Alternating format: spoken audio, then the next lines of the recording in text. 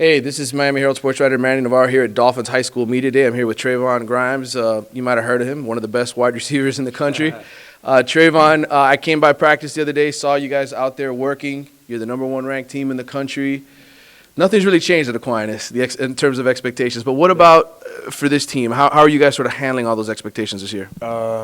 Coming this year, we have a lot of expectations on us, a lot of pressure, a lot of people who want to see us do big things, and also a lot of people who want to see us fail. I feel like as a team, we come in like a family. We don't look at each other like teammates. We look at each other like brothers. So that's one of the biggest things that keeps us grounded and just helps us stay focused and stay afloat. You are one of the best wide receivers in the country, as I mentioned earlier, and there's a little bit of a tradition at Aquinas when it comes to the receiver position. Yeah. Michael Irvin, you might have heard of him. His son obviously was there last year. So many guys have come out. Where do you see yourself fitting into that historic churning out of receivers at Aquinas? Oh man, personally, I feel like I fit in wherever everybody else says I fit in at. Me personally, I feel like a lot of great receivers came out of St. Thomas, and I'm just honored to be able to be fit in with all those other great names that have came out of St. Thomas. Now, I know you're originally from Indianapolis. You grew up in the Midwest, moved here when you were in the 6th grade, and are a huge Ohio State fan. Now, I know you're not making your decision until August 24th, but yeah. Tell me why the Buckeyes are a team that maybe a lot of people think you're going to go to and why you like them so much. Growing up, I've always liked Ohio State. Lived in Indiana. Ohio State's been my leader since my freshman year. And me and Urban and Coach Smith have just built a bond since my freshman year. They offered me, and ever since then, Coach Carter's been in my ear and just been telling me a lot of great things about the program. And I guess you could say me and Urban Meyer's bond is just strong and probably stronger than any other coach I have that's recruited me. So that's one of the biggest reasons why I feel like Ohio State's been my leader. Obviously, they're not the only school that's recruited you. What about some of the other ones and why you like each of them?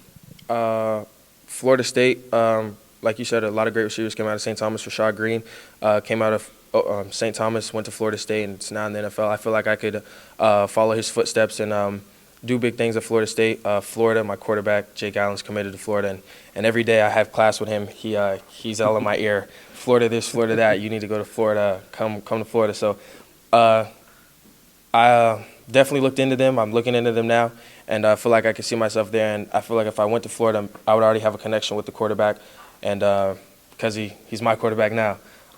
Miami, Coach Dugans, he's a phenomenal coach. He doesn't look at me as a recruit. He looks at me like a son. He doesn't talk to me like we need you at Miami. Come to Miami. He asked me about how I'm going, how I'm doing in life, and stuff like that. So I feel like I could definitely see myself there with that kind of coach. Alabama, you can never. It's Nick Saban, right? Yeah, you can never push aside Alabama. So I definitely just looking into them because simply the fact that they're Alabama, and Georgia. Coach Coley, he's a phenomenal coach, and I like what he has to offer. I feel like he can mold me into the receiver I want to be, and I feel like he has a lot to offer me. Now, you play with a receiving core that I think it's 5 or 6 D1 guys, yeah. Right? We're just talking seniors. We haven't even got the juniors. Yeah. What's it like when do you see the DBs' faces? Like, what does the defense look like when you guys walk out on the field together? We have a phenomenal defense, so they give us a lot of pressure. They're phenomenal, but when we come out with our own type of hype swag. So they know the deal when we walk out onto the field, and when we walk out onto the field, they know that it's going to go down.